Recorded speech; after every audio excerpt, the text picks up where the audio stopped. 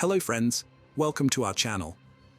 Today we're going to take a look at another horrible case with you, the case of Alicia Ross. A young Canadian woman named Alicia Ross vanished without a trace from her own bedroom in the middle of the night. The police were unable to find either a body or any significant evidence, and as a result, the investigation merely stagnated. The case might have remained unsolved had the criminal not turned himself in to the police. Alicia Ross was born on February 8, 1980, in the Canadian city of Markham, in the province of Ontario. There is no information about her biological parents, but it is known that they gave up their rights to the child, and she was adopted at a few months old by a couple named Marvin and Sharon Ross. Her adoptive parents provided her with love and care, and they did everything to ensure that their daughter had everything she needed and could fully develop her talents. When Alicia started school, her adoptive parents decided to divorce, but they maintained a friendly relationship and continued to participate together in their daughter's life. Soon, Sharon remarried, and her new husband, named Julius Forrest, treated the child as if she were his own daughter. The girl performed well in school, demonstrated exceptional skills in drawing, and also developed a passion for photography and a love for discovering new cities and countries. After finishing school, she spent a year in Australia, where she traveled and enjoyed life before returning home and enrolling in university in the summer of 2005. The 25-year-old Alicia went on a hiking trip in the mountains with her friends, where she met a young man named Sean, with whom she began a romantic relationship in early July. He was 4 years older than her, but the small age difference did not bother the couple. On August 16th, the young woman, along with her adoptive mother and their dogs, went for a stroll in the park. Alicia appeared cheerful and shared that she was expecting a promotion at work to the position of senior sales manager in the coming days. She was very proud, as she had been working hard for a long time, and her efforts were about to be rewarded. Additionally, the young woman discussed her boyfriend, Sean, whom she had been dating for just over a month, but seemed deeply in love with. Alicia hoped that this romance could grow into something more meaningful in the future, and expressed a desire to introduce her new boyfriend to her adoptive parents by arranging a family dinner. After her walk in the park, the mother returned home, and her daughter went on a date with her sweetheart. She promised not to be gone long, as she had to get up early for work the next day, where her promotion was to be decided. The women said their goodbyes and went their separate ways. Sharon never saw her daughter alive again. The mysterious disappearance of her own house that night, after meeting with Sean, is what led to the unsolved case. Alicia invited him to her house, and they had a great time together. Around midnight, the young man went home, and Alicia accompanied him to the door, which served as a second exit from the backyard. They said goodbye with a kiss, and he left, promising to call her as soon as he got home. Around midnight, as promised, Sean called his girlfriend, but she didn't answer the phone. He wasn't overly concerned, thinking Alicia had simply fallen asleep since she had to get up early for work. However, the next morning, when he tried to call her again and she still didn't pick up, he became genuinely worried and contacted a mutual acquaintance who worked in the same office as Alicia. From her, he learned that Alicia hadn't come to work, and he immediately rushed to her house. On August 17th in the morning, Sharon and Julius planned to play golf with friends and left the house at 10. They saw their daughter's car in the driveway, but assumed someone had taken her, so they went about their day. A while later, Sean went to Alicia's house but couldn't find her, so he called the police to report her missing. He then called Sharon to inform her. The couple rushed home, where the police were already there. Sean was the first to notice Alicia was missing and inform the police. He was also the last to see her the night before she disappeared, saying they had parted ways at the gate around midnight and hadn't heard from her since. When Sharon and Julius approached the house, law enforcement was already there, inspecting the area and speaking with Sean, who had called them. The young man appeared visibly nervous and distraught. When the mother looked into Alicia's room, she immediately noticed that all her daughter's personal belongings, which she never left the house without, were in their places. Her purse, passport, driver's license, keys, cell phone, as well as her bank cards and cash, were all left in the room, suggesting she wouldn't have gone anywhere, let alone left without them. The gate was open but not forced, implying that the missing person either let her abductor in or willingly left with someone from the yard. In the backyard, the police found some disturbance. The lawn and flowers in one area were trampled, as if someone had fallen there.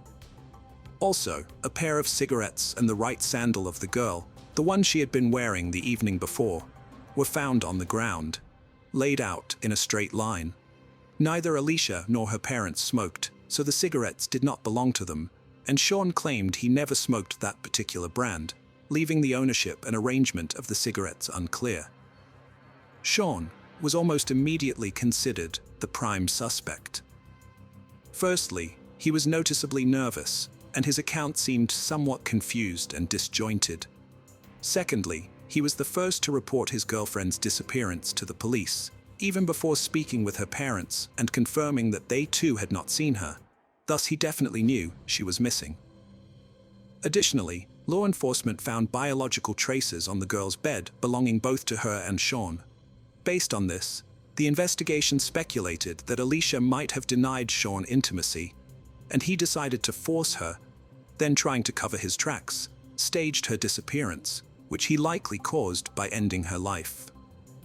When Sean was brought to the police station, questioned, and the investigator's theory presented to him, the young man was shocked. He was distressed to be considered the primary suspect and swore he would never harm his girlfriend, as he loved her. He also acknowledged that they did indeed have intimate moments that evening, but insisted it was consensual. The missing girl's parents also had nothing negative to say about Sean. He had not argued with their daughter, had not mistreated her, and she spoke only positively of him. Their relationship was developing quickly and quite happily, to the extent that Alicia even hoped to have a future with him. Moreover, the parents noted that their daughter had no plans or reasons to leave. She was eagerly awaiting a promotion at her beloved job, and being a responsible person, she would never just leave everything behind. But even if some unforeseen circumstances had arisen, she would certainly have informed her parents and definitely would not have left without her documents, money, and phone. The police lacked sufficient evidence or grounds to detain Sean, and so, after questioning him at the station, they released him. Nevertheless, law enforcement did not rule him out as a suspect and continued to monitor the young man. Sean himself appeared dejected and highly distressed. The extensive search effort for the missing woman began the day after her disappearance. Initially, a thorough inspection of the home and yard was conducted, and investigators closely examined the surrounding area and interviewed neighbors. However, no one reported hearing or seeing anything suspicious that night. Law enforcement theorized that the woman disappeared sometime between midnight, when she said goodbye to Sean, and sunrise, a time when the streets are usually quiet and deserted, making it challenging to find witnesses. Alicia's photos were distributed as flyers throughout the city, providing phone numbers for people to report any information about her whereabouts.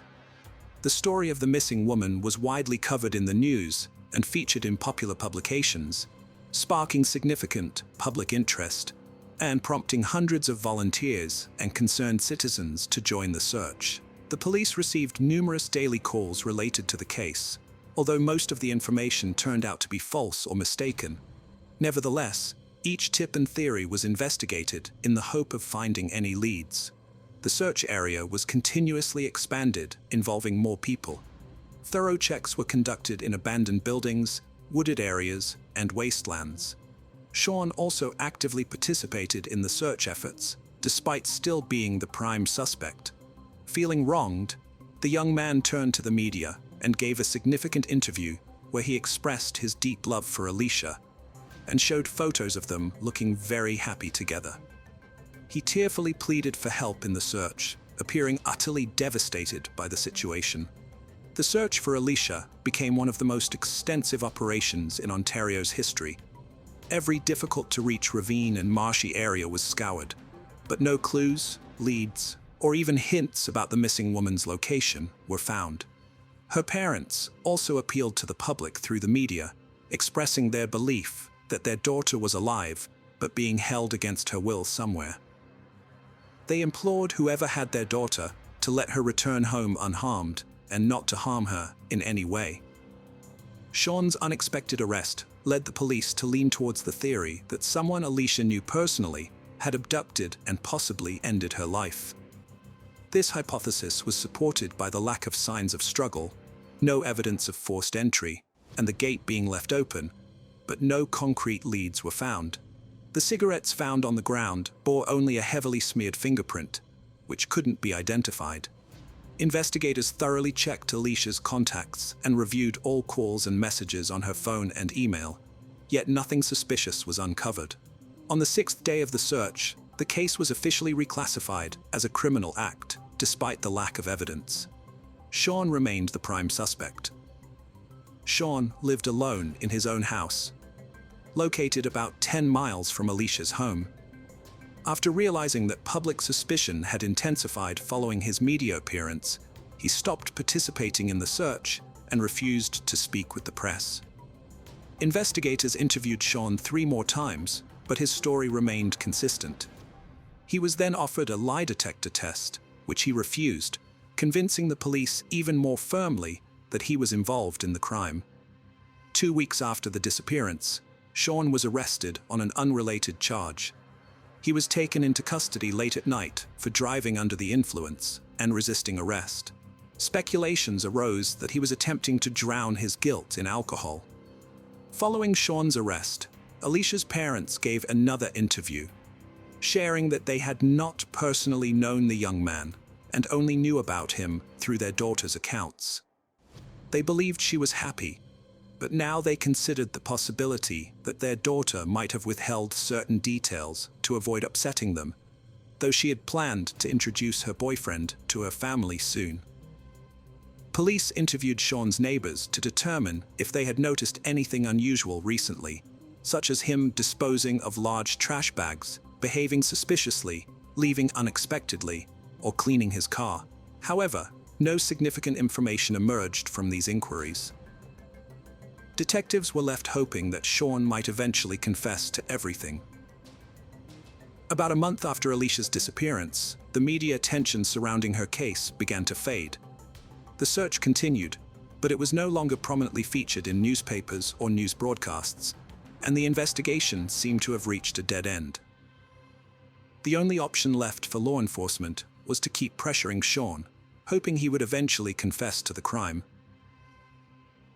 Then, a completely unexpected development occurred in the case on September 20, 2005, more than a month after Alicia's disappearance. 31-year-old Daniel Sylvester, a local resident, called the police and confessed to ending the girl's life, revealing where he had hidden her body. It's important to note that this man had not been under suspicion previously, and the police had not considered him at all during their initial investigation. At first, it appeared that the man merely sought fame and attention, and had decided to take responsibility for the most notorious case in recent years. However, all doubts were dispelled when the police discovered the girl's body at the location he had specified. Daniel Sylvester was an unemployed recluse who lived in his mother's house, which was adjacent to the Ross family home. The two properties were separated by overgrown shrubs, creating a nearly impenetrable barrier. Despite living virtually side by side for their entire lives, Daniel and the victims had never interacted before. Alicia had seen Daniel on his property a few times and considered him mentally unwell due to his strange behavior. The police had not shown an interest in Daniel earlier, as he seemed to be a reclusive and isolated individual who had not drawn attention to himself. Daniel had significant social challenges from a young age. He struggled to make friends, was ridiculed at school, and every effort to form relationships ended in complete failure, leading him to develop a deep resentment towards women. As a child, girls would call him a loser and say they would never associate with someone like him. At age 8, Sylvester was diagnosed with a social behavioral disorder and had been under ongoing psychological treatment. But the therapy did not provide much improvement. In his teenage years, he confessed that he had fantasies of suddenly attacking and overpowering a girl, which excited him. However, specialists were confident that these fantasies would remain just that, and not manifest into real actions. After finishing school, Daniel stopped attending therapy sessions, decided not to continue his education, and became a recluse. He lived in his mother's house, isolating himself from the outside world, spending his days sitting in his room, often on adult websites, and occasionally venturing out in the evenings to secretly watch his neighbors, peeping into their windows. He particularly enjoyed watching when someone was engaged in sexual activity, as this spectacle excited him, yet Daniel remained a virgin well into his 30s, satisfying his desires through solitary activities. The neighbors hardly ever saw him, and thus considered him a harmless guy. Initially, Sylvester claimed that the girl's death was accidental, and he hid the body to avoid punishment. According to him, when he realized the girl showed no signs of life, he placed her in the trunk of his mother's car and drove about 50 miles out of town, hiding the body in a bushy ravine by the side of a country road. 3 weeks later, fearing that the body would be discovered, he moved it in the middle of the night, even further away, to a deserted area. The body was found in the place Daniel indicated, thereby dispelling the last doubts about his guilt. However, the condition of the remains indicated that the girl had been dealt with extreme cruelty. The injuries were such that it looked as if she had been hit by a car. An autopsy showed that Alicia had nearly all her ribs broken, her neck and both arms, and also suffered extensive closed cranial trauma with internal bleeding.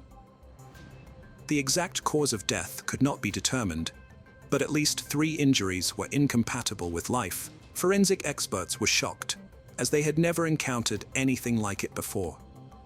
It was necessary to clarify the circumstances and chronology of events on that fateful evening to determine how exactly the girl received her injuries.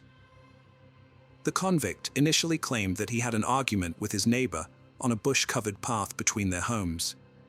During the verbal altercation, the neighbor called him a loser, which angered him, and he struck her on the head. When she fell, he kicked her several times in the chest. Realizing she was not breathing, he decided to hide the body and then moved it again when the search area expanded.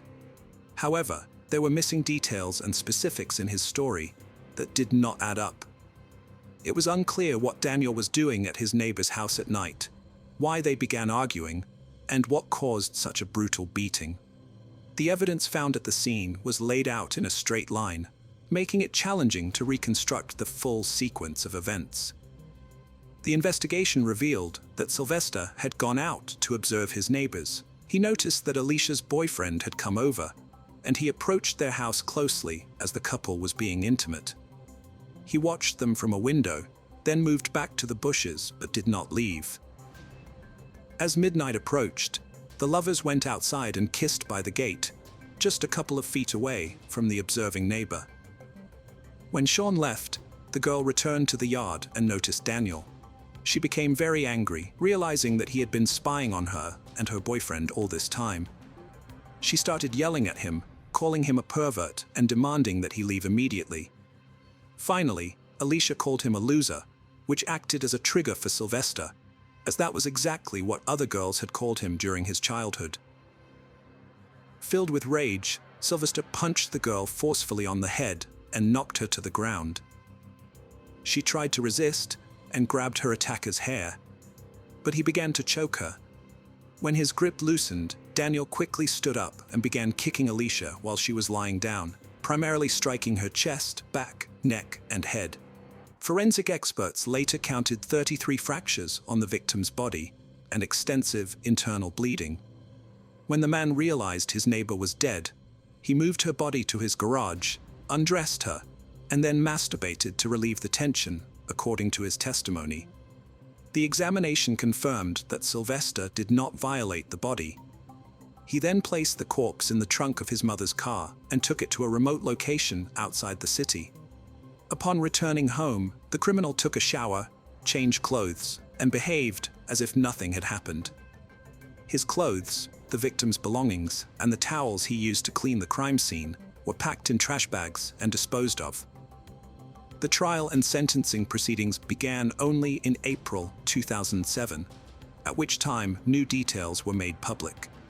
The defendant confessed that he had ended his neighbor's life, but he and his lawyer insisted that it was unintentional.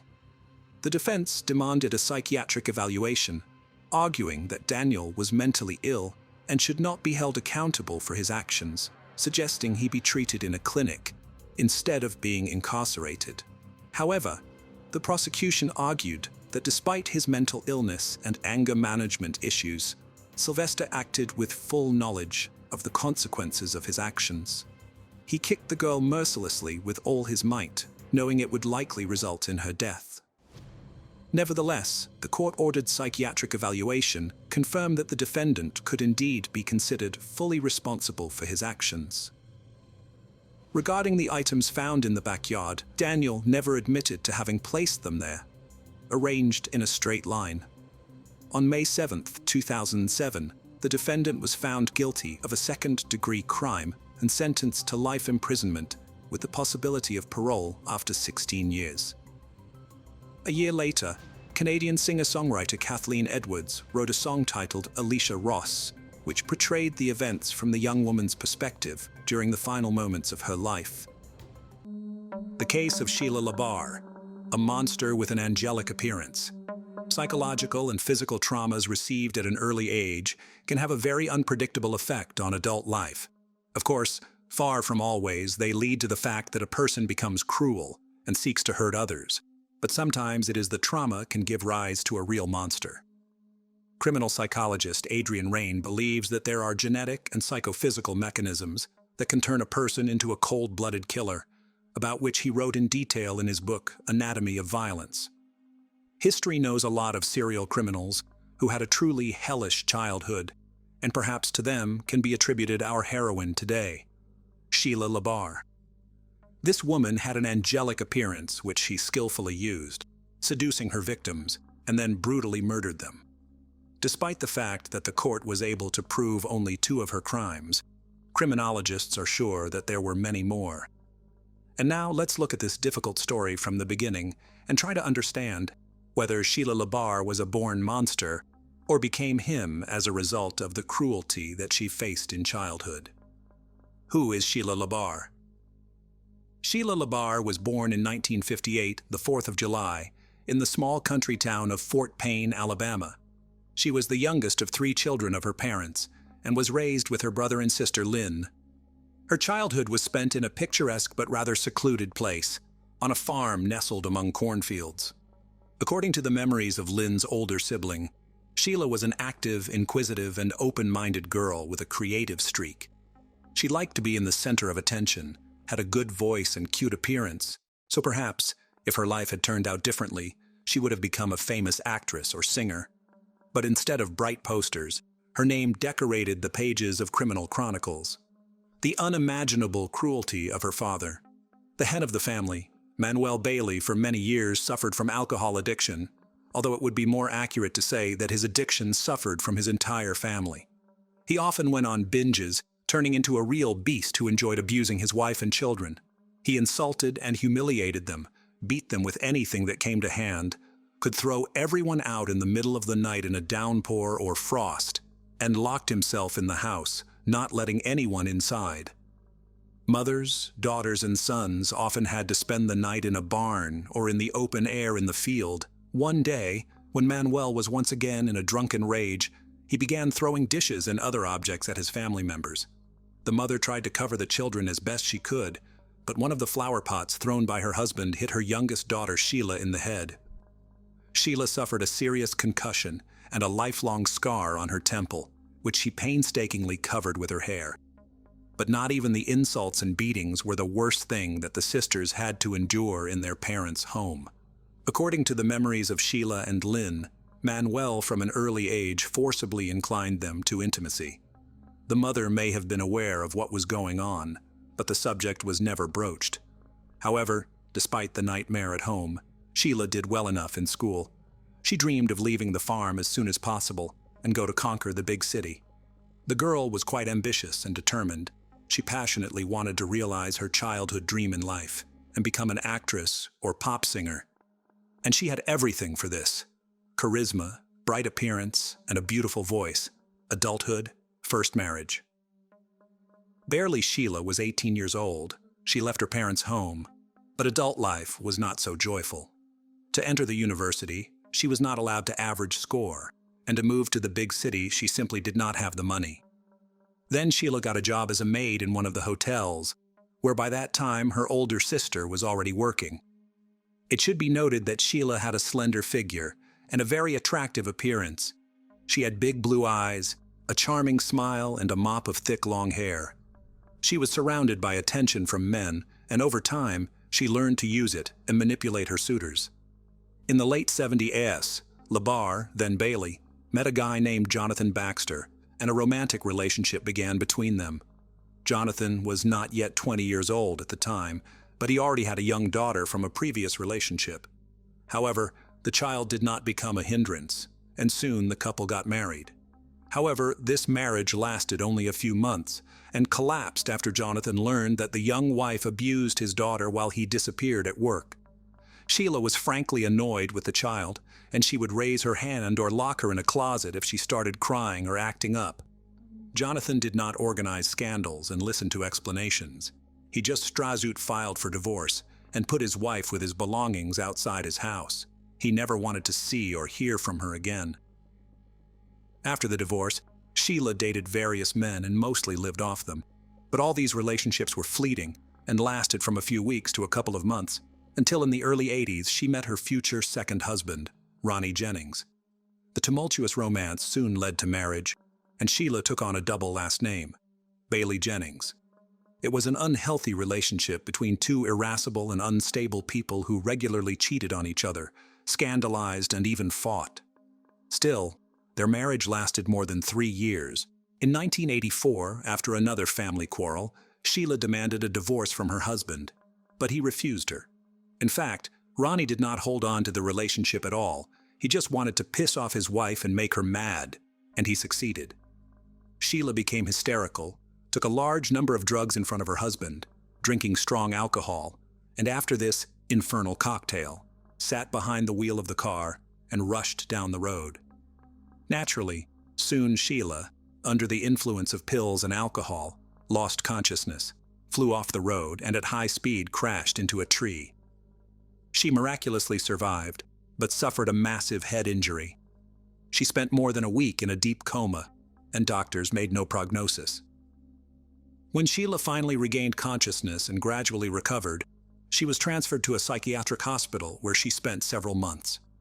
She later complained to her sister that one of the orderlies was constantly harassing her and possibly taking advantage of her helpless state when she was heavily sedated.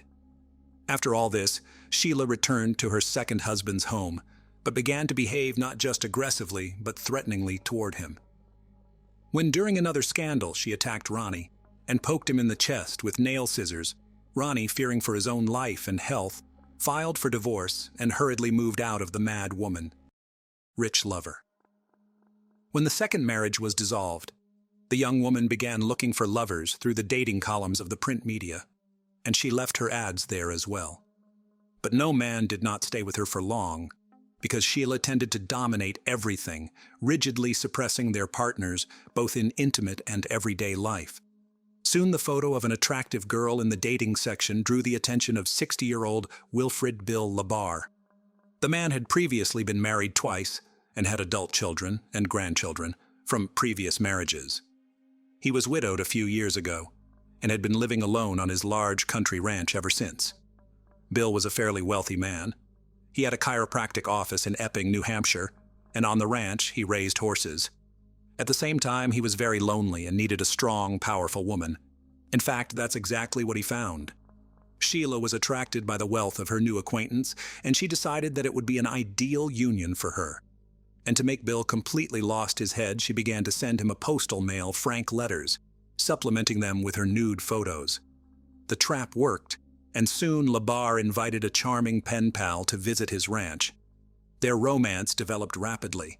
An elderly man is not stingy on expensive gifts for a young mistress, and in the summer of 1987, she moved to live with him.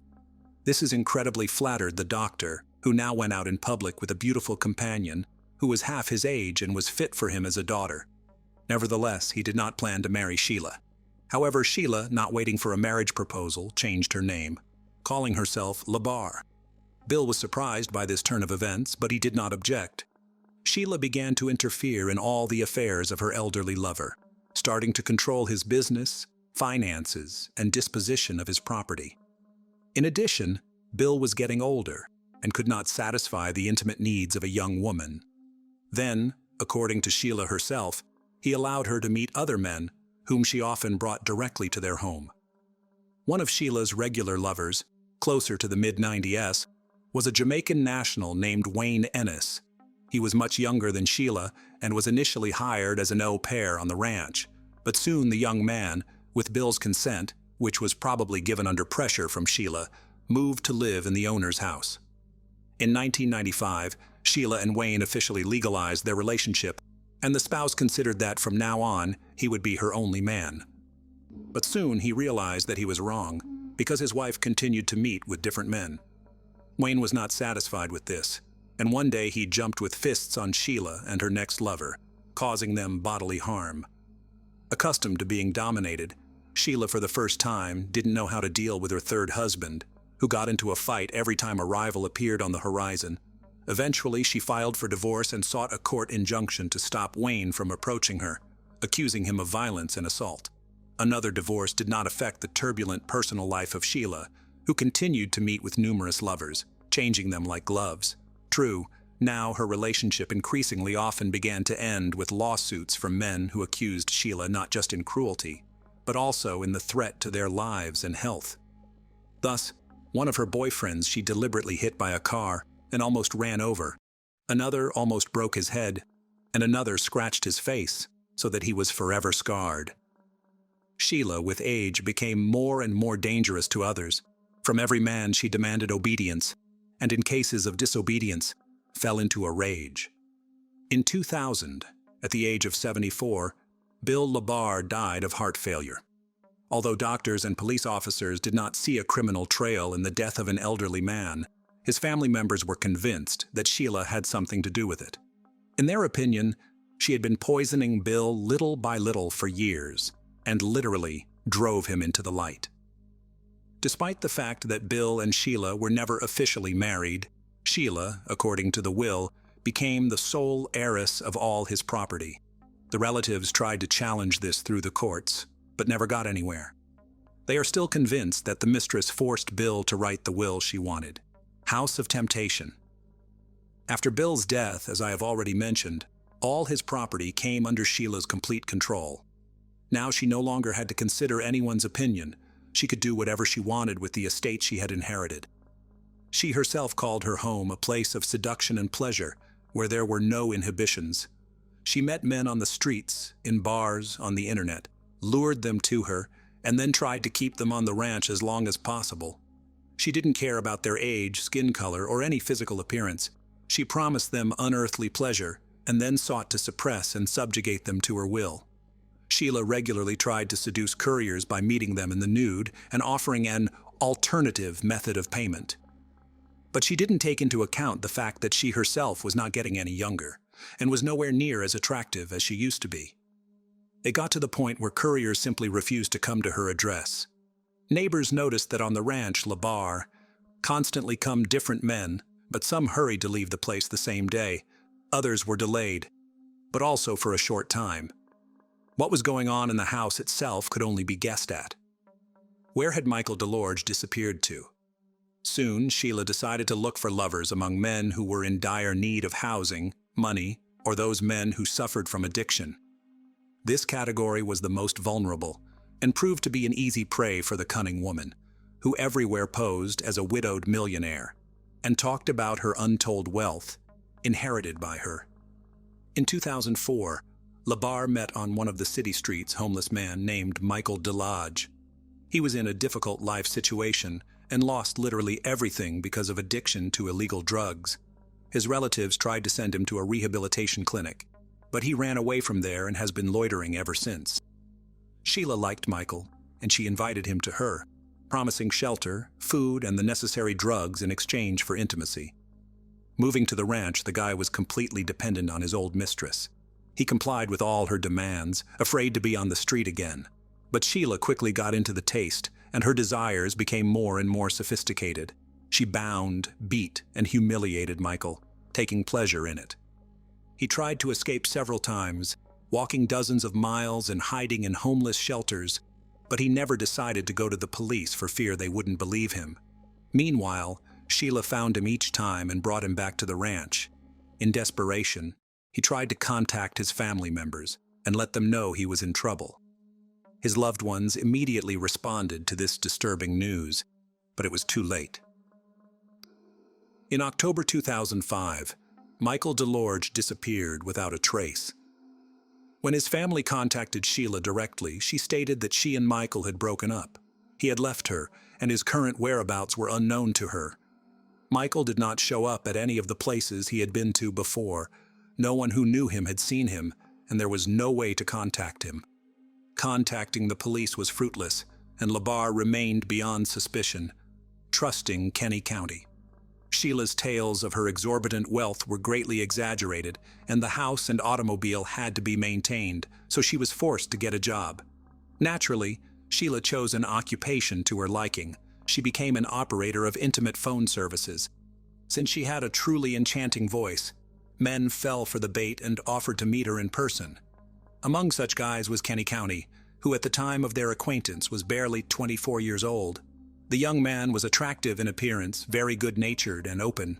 However, he had a low IQ level, due to which he was very gullible. This was exactly the kind of guy Labar was looking for.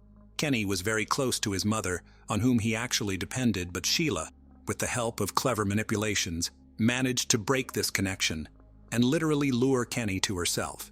She made him an unforgettable night of love and promised that they would be like this all the time. The young man decided that he had met the woman of his dreams, about which he informed his relatives, and then moved to live in Sheila's house. But soon Sheila showed the guy her true face, having arranged for him a real torture room in one of the rooms. Each time, intimacy inevitably turned into a brutal beating or something worse. Kenny's body was covered with bruises, abrasions, scratches, cuts, and burn marks. But he could not leave the house of the mistress who had completely subjugated his will. Sheila did not allow him to see and communicate with his loved ones, and his family could only guess what was happening to Kenny. The first alarm was raised by neighbors who periodically noticed the guy and were horrified by his sickly appearance. A few days before his disappearance, a local store clerk took a picture of the young man on her cell phone camera, and later this picture was attached to the case file in court. In the photo, Kenny's condition could be described as deplorable. He was very thin, there were huge bruises under his eye and on his cheek, and his nose was probably broken. Judging by the degree of healing, all these injuries had been inflicted at different times, which suggested that the guy had been brutally beaten for a long time. The contents of his cart were also alarming. He rolled 2 large canisters of fuel to the cash register, as it later turned out, for his own cremation. The store employees were so puzzled and even frightened by the guy's appearance that they decided to report him to the police for possible domestic violence. But this time, Sheila managed to get away with it, and they could not charge her with anything. Soon Kenny stopped contacting his family altogether, and when his worried mother arrived at Labar's house, the owner behaved aggressively and advised to leave Kenny alone. All subsequent attempts ended similarly, at which point Kenny County's family filed a missing persons report with the police, indicating that he may be being held forcibly at the country ranch, a home crematorium, and gruesome findings. When police arrived at Sheila's home, she claimed that the young man no longer lived with her, and claimed that Kenny had run away because his mother, whom he was allegedly terrified of, began visiting them frequently. As evidence, Sheila provided an audio recording in which she asks her lover if his own mother had attacked him, and he quietly gives an affirmative answer. It all seemed more than strange, and the very next day, an officer visiting Sheila secured a search warrant for the estate. Sheila had been on the police's radar many times before, and her name had been linked to another mysterious disappearance of a boyfriend. But over the years, Sheila had never been questioned, and her house and grounds had never been searched. When the police arrived, they did not find Labar at home, but they did see several fires burning near the outbuildings. The fires looked strange and were made of improvised materials, a mattress, fragments of wooden furniture, hay, etc., all doused with a flammable mixture. One of the bonfires had bones in it that clearly looked like human remains. The squad requested reinforcements in the form of forensic experts, reporting all the findings, but that turned out to be just the tip of the iceberg compared to what they discovered next.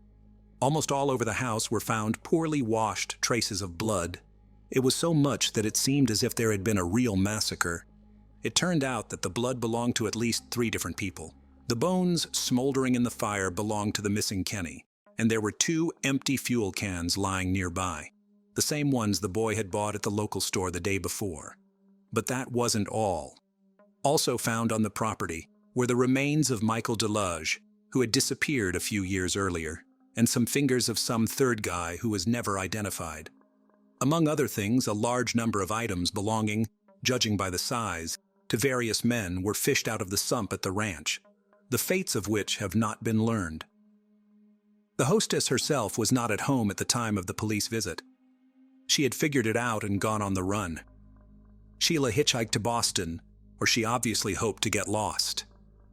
Moreover, on the way, she seduced one of the drivers who gave her a ride, and he trustingly invited her to live in his house. However, the next day, having seen on TV news about the search for a dangerous criminal, the new lover himself called the police and reported that Sheila is now in his bed. It was there that she was arrested. During the search of Sheila's home, another frightening find was made: a box of videotapes. On the tapes, Kenny, Michael, and several other men confessed to horrific crimes, but judging by the guy's appearance and condition, they made these confessions under torture. Since Labar's arrest, her mental health has raised a lot of questions, so the court ordered the necessary evaluations. Sheila was found to have a delusional disorder, as well as signs of schizophrenia. She called herself an angel sent from heaven to protect children from rapists. It was Sheila's failing mental health that became the basis on which her attorney tried to build a defense. He called his client a profoundly sick person and tried to prove that she was not aware of her actions. The reason for this was the mental and physical trauma she had suffered as a child. The defendant herself claimed that many years ago, when she was in that terrible accident and found herself in a coma on the verge of death, she met with God, and the latter told her to cleanse the world of men who infringe on children. Sheila's ex-husbands and some of Sheila's lovers also spoke in court, who, in one voice, called her a crazy, unstable, and extremely violent woman. And Wayne Ennis, the third husband, said that the ex-wife repeatedly persuaded him to kill Mr. Labar in order to seize his property. But despite the defense's attempts to convince the court that Sheila was insane and in need of treatment, it was proven that she was aware of her actions at the time of her crimes. She was found guilty in July 2008 and sentenced to life imprisonment without the possibility of ever being released. All of her appeals were rejected. Sheila is now serving her sentence in Florida at Homestead Correctional Facility. The horrific murder that shocked all of Canada happened by sheer chance, triggered by the pathological lies of a criminal who got tangled in a web of his own deceit. Brett Ryan was born in 1980 in Toronto into a large, close-knit family. Besides him, the Ryan couple had 3 more sons, older Christopher and Leland and younger AJ. The parents, who advocated for a healthy lifestyle, tried to instill the right values in their children. The head of the family worked at a newspaper and moonlighted as a fitness coach in his spare time. The mother devoted herself to housekeeping and growing flowers, which was her passion. The woman had to be strict, sometimes even harsh, in raising 4 boys, while the father was known for his gentleness and restraint. Each of the sons followed his own path in life. Chris worked as a conductor and was very modest. Leland found his calling in photography and music, and Brett was always described as a gregarious, cheerful guy. Chapter 2. Brett's Academic and Financial Woes. After finishing school, Brett enrolled at the University of Toronto but quickly encountered difficulties with his studies. The young man went through 2 painful breakups with girls, after which he couldn't focus at all on preparing for exams and eventually dropped out of college. He watched with envy as his friends and classmates built relationships, got married, and achieved success, while he couldn't get anything right. This bred a sense of failure in Brett. After getting a job as a painter, the guy realized this wasn't for him. At the same time, Brett loved himself, strived to look good, and spent a lot of money on his own needs and on girls. Because of this, he accumulated a large debt, 60,000 Canadian dollars, which he had no way to repay. Creditors started demanding their money back, which plunged Brett into a deep depression. The young man felt like a total loser, but never confessed his problems to anyone. Chapter 3. Brett's Bank Robbery Plan. Desperately trying to find a way out of his predicament and quickly get his hands on a large sum of money, Brett resolved to rob a bank. On October 20th, 2007, he set his plan in motion. The guy chose a financial institution not far from his house. To disguise himself, he wrapped his face in bandages and faked an injury to his left arm. Pretending to limp and carrying a stack of papers, Brett entered the bank posing as a sick man. Approaching the teller, he handed the cashier a note demanding money and threatening that he had a weapon hidden in his bandages. The frightened employee quickly gave the robber all the cash from the register, but it turned out to be just a little over $1,000. Although Brett wasn't happy with this amount, he decided not to draw extra attention, swiftly grabbed the money, and vanished from the crime scene. Despite the security cameras recording the robbery, Brett managed to avoid arrest. Feeling a sense of impunity, he continued robbing banks, but in other parts of the city. Changing his disguise tactics to a hat and a fake beard, the young man became more cautious. In total, Brett robbed 12 banks, netting over $28,000 in loot. Chapter 4. The Unmasking and Imprisonment of the Robber. Eventually, the police managed to track down the brazen robber, and on June 20th, 2008, 28-year-old Brett was arrested during an attempted robbery. The guy's family was in deep shock, as Brett had once volunteered at a children's hospital and had now turned into a criminal. The court sentenced him to 5 years in prison. While serving his sentence, experts evaluated the convict's mental state and found no signs of aggression or propensity for violence. Throughout his time, Brett never used prohibited substances and had no mental disorders. Moreover, due to his exemplary behavior, he was granted parole after 2 years. The prison staff were simply charmed by this pleasant, charismatic, and hard-working young man. In their opinion, he had just made a fatal mistake due to the burden of debt and deserved a second chance. Brett's profile stated that he was a model prisoner with minimal risk of reoffending. Chapter 5. Brett's Attempts to Start a New Life. According to the terms of his parole, Brett had to undergo a course of psychotherapy and report any problems he encountered in his family relationships, with girls, or at work. After all, these were the factors that could trigger him to relapse. But despite his sincere intentions to start a new life, reality proved to be much more complicated. The debts didn't go away, and there was no way to pay them off. Finding a job with a criminal record turned out to be extremely difficult. No one wanted to hire an ex-convict even as a painter. In desperation, Brett declared bankruptcy. His parents came to the rescue, supporting their son financially. This allowed him to resume his studies at the university, but this time in the information technology department. Brett also continued to visit a psychotherapist by court order and diligently tried to put his life back together. It was during therapy that he was advised to be more honest and open with those around him. Chapter 6. Brett and Kristen's Fateful Meeting. One day in September 2011, Brett's friends set him up on a blind date with a pretty girl named Kristen Baxter.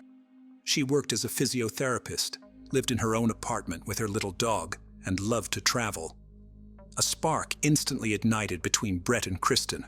They immediately hit it off and felt a mutual attraction. The young people were united by common interests. Brett, like Kristen, adored animals and travel. Soon they started dating. The couple spent a lot of time together, attended sports events, and went on hikes. Brett even accompanied Kristen and her family on a vacation to the Bahamas. Plus, the girl's dog immediately took a liking to him. It seemed that Brett's life was finally getting back on track, and he was no longer drawn to dubious ventures. He longed for a quiet and cozy life next to his beloved girlfriend. In January 2013, Brett moved into Kristen's apartment, marking a new stage in their relationship. The couple began to think about getting married. Chapter 7. Hiding the truth from his beloved. A new life began for Brett. The young man who had grown up in a quiet suburb was now immersed in the bustle of vibrant city life with its numerous restaurants, shops, and interesting places. The young couple enjoyed visiting cozy eateries together and taking evening swims in the pool. However, as it turned out, all this time, while Brett's brothers were building their careers and becoming independent, he was only studying, living on his parents' money. The couple often traveled to warm countries together. Brett's father suddenly passed away. The young man temporarily moved in with his mother to help with the funeral arrangements and support her during this difficult time. That's when he confessed to Susan that he was madly in love with Kristen and dreamed of marrying her. However, he didn't have the money for a decent engagement ring, so he hesitated with the proposal. Touched by her son's words, his mother handed him money for an expensive ring. Brett bought a luxurious diamond ring and proposed to Kristen. Beaming with happiness, the girl said yes. The couple immersed themselves in pleasant wedding preparations. Brett even looked for side jobs to be able to surprise his beloved and shower her with gifts, but these were insignificant sums. The guy had no idea how he would provide for a family in the future. He carefully concealed from his fiancée his problems with the law, bankruptcy, and debts. Abandoning his futile studies, Brett focused on finding a decent job. Chapter 8. A failed attempt to get a job. At the beginning of 2016, fortune finally smiled upon Brett. He got a good job in the field of information technology. The guy joyfully shared this news with Kristen, and the couple decided to celebrate the occasion with family. However, as soon as his new employer learned about his criminal past, they immediately refused to hire him. This was a crushing blow to Brett's ego. Not wanting to upset his beloved, he decided not to tell her about yet another failure. Instead, Brett pretended that he would be working remotely from home. While Kristen was getting ready for work, he pretended to be working at the computer. The girl was happy that they would finally get on their feet and Brett would start earning good money. She enthusiastically prepared for the wedding, scheduled for September 16, 2016, choosing the most beautiful and expensive options, as they could now supposedly afford it. A luxurious banquet hall was booked for the ceremony. The pre-wedding bachelor party was planned to be celebrated at a posh ski resort. The couple even started looking at a spacious and cozy house where they dreamed of settling after the wedding, as they were tired of being cramped in a small apartment. Susan was overjoyed, believing that her son had finally gotten on his feet, graduated from university, and found a high-paying job. The woman eagerly anticipated the wedding and Brett's move into his own home. Chapter 9. Brett's lies exposed. But in reality, this was all a blatant lie. Brett had nothing to his name but deceit. He got so tangled up in a web of his own fabrications that he couldn't extricate himself from it. In desperate attempts to get money, the guy took any side job he could find and even helped his mother around the house for pay. He came to her every day, looking for things to fix or do around the house to receive financial rewards. Susan found her son's insistence suspicious, as he hung around her house all day long, constantly tinkering with something instead of working. If Brett was earning as well as he claimed, why did he need these odd jobs, the woman wondered. She started asking her son uncomfortable questions, which he initially tried to dodge. But then, remembering the therapist's advice about the importance of honesty, Brett finally dared to confess his troubles to his mother. He begged Susan for substantial financial assistance, promising to keep looking for work, However, his mother was extremely disappointed with her son's life failures. She was filled with indignation that Brett hadn't even managed to finish university and get an education. Susan flatly refused to give him money and threatened to tell Kristen everything. Chapter 10. The Birth of a Criminal Plan. His mother's harsh words infuriated Brett. He was seized by a panic fear that Kristen would leave him if she learned the truth. The guy was desperate to avoid this at all costs. More than anything in the world, he feared ending up on the streets again, without his beloved girlfriend, and returning under his mother's care. Brett didn't want to feel like a miserable loser for the rest of his life. And then a monstrous plan took shape in his head. Since his criminal record prevented him from legally purchasing firearms, Brett decided to get a crossbow. To avoid attracting undue attention, the guy bought a used crossbow for cash. The next day, Brett went to his mother's house again, supposedly to help with repairs for money. Chapter 11. The Bloody Massacre. On August 25th, 2016, Kristen woke up early as usual and went to work to see her patients. Brett pretended to stay home and work, but in fact, he started getting ready to go to his mother's. Suddenly, it dawned on the guy. To avoid suspicion, he needed an alibi. The resourceful Brett crafted a device that imitated him working at the computer by periodically pressing keys. In addition, he set up automatic email sending at a specific time. Next, Brett packed all the necessary items for his disguise into a sports bag, including clothes and a wig. Slipping out of the house unnoticed through the fire escape to avoid being captured by surveillance cameras, the guy headed to Susan's place. Just as stealthily, in a mask and wig so that no one would recognize him, Brett arrived at his mother's house. On the doorstep, he took off all his disguise and went inside. Once again, Brett tried to talk to his mother and convince her to help him with money, but Susan was unyielding. A fierce argument broke out between them.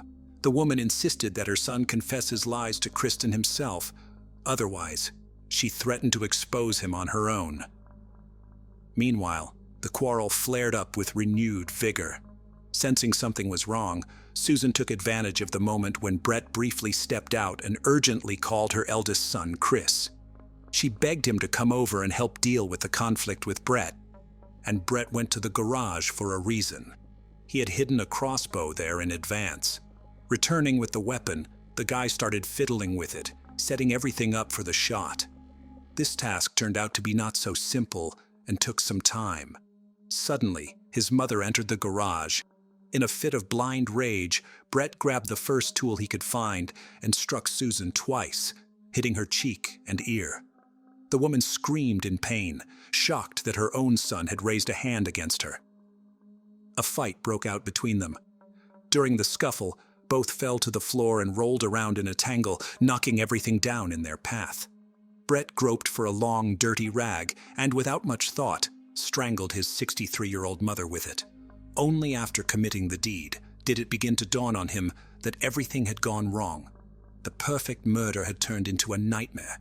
The guy suddenly remembered that Chris, summoned by his mother, was about to arrive. Upon seeing her body, his older brother would immediately realize whose handiwork this was. Without much hesitation, Brett decided to get rid of Chris as an unwanted witness. He jumped up, grabbed the crossbow, and started fiddling with it again.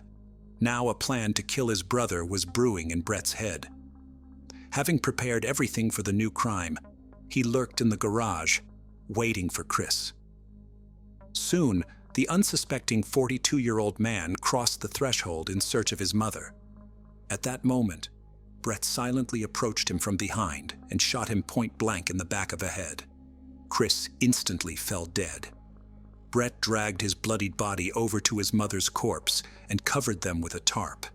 The guy rushed to grab his bag of clothes to quickly change and flee. Unexpectedly, Brett's younger brother, 29-year-old AJ, appeared at the doorstep of his mother's house, coming for a visit. For Brett, this was a real catastrophe. He frantically pondered what to do next: change clothes and run, or stay and kill AJ too. Brett feared that his younger brother, upon discovering the bodies, would immediately call the police, and then he would certainly be caught. This pushed the guy to commit yet another gruesome murder. After tracking down AJ, Brett followed him, holding the crossbow at the ready. He crept up to his unsuspecting victim with the intention of cunningly shooting him in the back of the head, just like Chris. But this time, something went wrong. AJ sensed danger and noticed the armed Brett. A life-and-death fight broke out between the brothers. At some point, Brett managed to wound AJ, hitting him in the neck with the crossbow. AJ screamed in pain and fled. He ran out of the house, leaving a trail of blood in the sand, and collapsed exhausted in the driveway. It turned out that there was another brother in the house, 39-year-old Leland, who had been carelessly sleeping this whole time. He was awakened by AJ's horrific scream. Looking out the window, Leland saw his bloodied brother on the path. The man rushed to the phone to call 911, but he didn't make it. At that very moment, a crazed Brett pounced on him. A fierce fight broke out between the brothers, which rolled through the entire house, turning it into a bloody mess. Taking advantage of the moment when Brett was distracted, the wounded Leland managed to slip out unnoticed, crawl to the neighbors, and lose consciousness on their doorstep. The good people immediately called the police. Meanwhile, the enraged Brett dashed back into the yard, catching a glimpse of the wounded AJ, who was trying to crawl away, bleeding. Obsessed with the desire to finish off his younger brother at all costs before he attracted the neighbors' attention, Brett chased after him. Chapter 12. The finale of the bloody drama. As he pursued AJ, Brett suddenly saw that Leland had managed to fully rat him out to the neighbors. From that point on, the guy no longer had any chance of salvation. The police were about to arrive at the crime scene and put an end to his bloody odyssey. The brilliant plan for the perfect murder had crumbled to pieces. In despair, Brett decided to surrender. Unhurriedly, he returned to his mother's house, grabbed a bottle of water, and settled on the porch, patiently waiting for the arrival of law enforcement. When the first patrol cars and an ambulance pulled up, the medics immediately pronounced Susan and Chris dead. AJ was still showing signs of life, but was in extremely critical condition. On the way to the hospital, he died from his injuries. As for Leland, although he was hurt, he survived. He was urgently hospitalized and provided with the necessary medical care. Over time, the man began to recover. Chapter 13. The shocking truth for Kristen Brett was arrested at the crime scene and faced terrible charges of triple first-degree murder and attempted murder of his brother. The news stunned Kristen, as there were only 3 weeks left until the wedding. The unfortunate bride learned the horrifying truth about her beloved for the first time: his criminal past, conviction for robbery, financial problems, lack of a job, and the gruesome murder of his own family. How could she have lived under the same roof with this monster for so long? The shocked girl immediately canceled the wedding. Returning to the apartment, Kristen discovered the contraption Brett had crafted himself for his alibi. Not understanding what this strange gadget was, she mistook it for an explosive device and frantically called the police. Law enforcement officers arrived at the scene, promptly evacuated the building's residents, and began cautiously examining the mysterious device. It soon became clear that it posed no danger, but the cops were amazed by Brett's extraordinary ingenuity and scrupulousness. One couldn't deny his intelligence and inner strength, which unfortunately he had channeled in the wrong direction. If only Brett had chosen the right path in life from a young age, his potential could have brought much good to society. Chapter 14. Admission of guilt and sentencing. At the court hearing, Brett decided to plead guilty. He made a deal with the prosecution, agreeing to have his actions qualified as a triple second-degree murder. Trying to mitigate the sentence, the guy claimed that he had only planned to scare his mother with the crossbow and have a serious conversation with her. Allegedly, he wanted Susan to finally understand and support him. But unfortunately, everything got out of control. Brett swore that he had not intended to do anything to his brothers. They had simply ended up in the wrong place at the wrong time. However, the prosecution insisted otherwise. In their firm belief, the defendant had planned from the very beginning to brutally deal with his mother, not just talk to her. The prosecutors argued that Brett had taken the crossbow with him specifically to kill Susan, and therefore must face severe responsibility. As a result, the guy was found guilty of first-degree murder of his mother and second-degree murder of his brothers.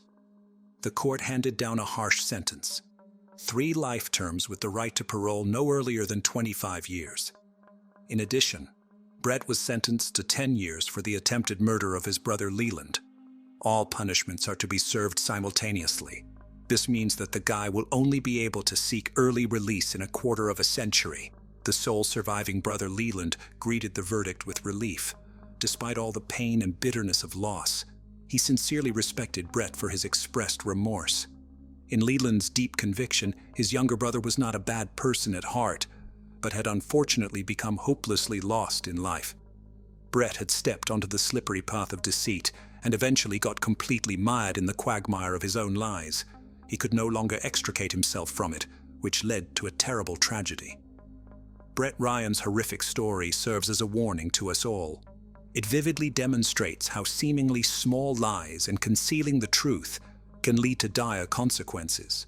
At some point, the lies grow, accumulating new details, and become uncontrollable, ruining not only the deceiver's life, but also the lives of their loved ones. Brett had every chance to get on the right track after his first prison term. He had the support of his beloved girlfriend and family. He could have gotten an education and found a job. However, the guy chose a different path, the path of untruth, which ultimately led to a terrible tragedy and destroyed more than one life. It doesn't matter whether Brett acknowledged his mistakes sincerely or if his remorse was merely a way to soften the sentence. What's much more important is what conclusions he will draw himself while serving his life sentence. Will he be able to rethink his life and at least try to become a better version of himself? Only Brett himself knows the answer. However, his story definitely makes us reflect on our own actions. In conclusion, I would like to emphasize once again, honesty and responsibility are not just pretty words, but a vital necessity. It's important to value our loved ones, trust them, and share our problems with them. After all, it's much easier to overcome difficulties together and find a way out, even from seemingly hopeless situations. Only on a solid foundation of truth, trust, and mutual support can we build a happy future. And perhaps had Brett Ryan known this, he would have never set foot on the wrong path that led him behind bars. This story should serve as a lesson and reminder to all of us that our most precious treasure in life is our family and loved ones. So let's cherish them, respect them, and above all, be honest with ourselves, because self-deception is the first step towards a real-life tragedy.